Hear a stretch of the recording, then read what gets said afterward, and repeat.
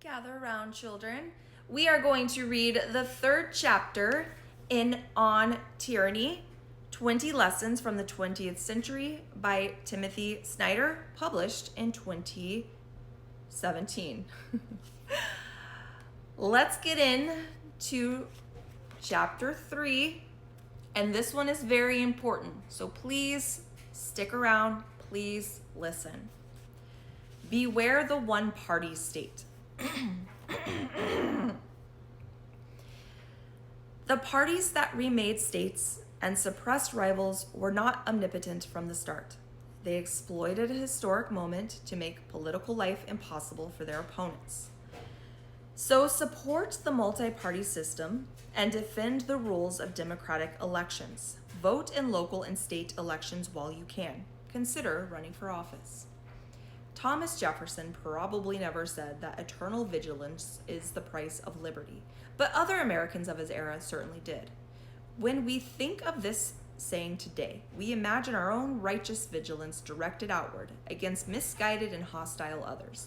We see ourselves as a city on the hill, a stronghold of democracy, looking out for threats that come from abroad. But the sense of the saying was entirely different. That human nature is such that American democracy must be defended from Americans who would exploit its freedoms to bring about its end. The American abolitionist Wendell Phillips did in fact say that eternal vigilance is the price of liberty. He added that the manna of popular liberty must be gathered each day or it is rotten. The record of modern European democracy confirmed the wisdom of those words. The 20th century saw earnest attempts to extend the franchise and establish durable democracies. Yet, the democracies that arose after the First World War and the Second often collapsed when a single party seized power in some combination of an election and a coup d'etat. A party emboldened by a favorable election result or denying an unfavorable one might change the system from within. When fascists or Yazidis or communists did well in elections in the 1930s or 40s, what followed was some combination of spectacle, repression, and salami tactics, slicing off layers of opposition one by one. Most people were distracted, some were imprisoned, and others were outmatched. The hero of a David Lodge novel says that you don't know when you make love for the last time, that you are making love for the last time. Voting is like that. Some of the Germans who voted for the Yahtzee Party in 1932 no doubt understood that this might be the last meaningfully free election for some time, but most did not. Some of the Czechs and Slovaks who voted for the Czechoslovak Communist Party in 1946 probably realized that they were voting for the end of democracy, but most assumed they would have another chance. No doubt the Russians who voted in 1990 did not think this would be the last free and fair election in the country's history, which, thus far, it has been. Any election can be the last, or at least the last in the lifetime of the person casting the vote. The Nazis remained in power until they lost a world war in 1945. The Czechoslovak communists until their system collapsed in 1989. The Russian oligarchy established after the 1990 elections continues to function and promotes a foreign policy designed to destroy democracy elsewhere via propaganda, subversion, and invasion. Does the history of tyranny apply to the United States?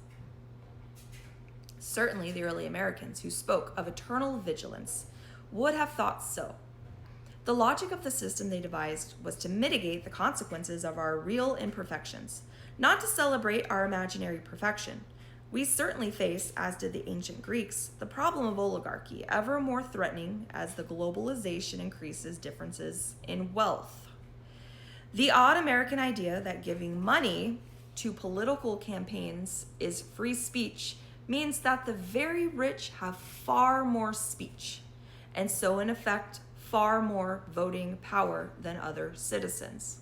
We believe that we have checks and balances, but we rarely face a situation like the present, when the less popular of the two parties suppresses voting, claims fraud when it loses elections, and controls the majority of state houses.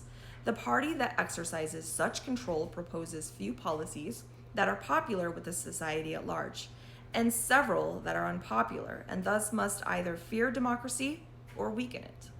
Another early American proverb held that where annual elections end, tyranny begins. Will we come to see the elections of 2024 much as Russians see the elections of 1990, or the Czechs the elections of 1946, or Germans the elections of 1932? This, for now, depends on us. Much needs to be done to fix the gerrymandered system so that each citizen has one equal vote, and so that each vote can be simply counted by a fellow citizen. We need paper ballots because they cannot be tampered with remotely and can always be recounted. We need to remove private funding from what should be public campaigns for office and lobbying. We will have to take seriously our own Constitution, which forbids oath-breaking insurrectionists from running for office. This sort of work can be done at the local and state levels. Any future elections will be a test of American traditions.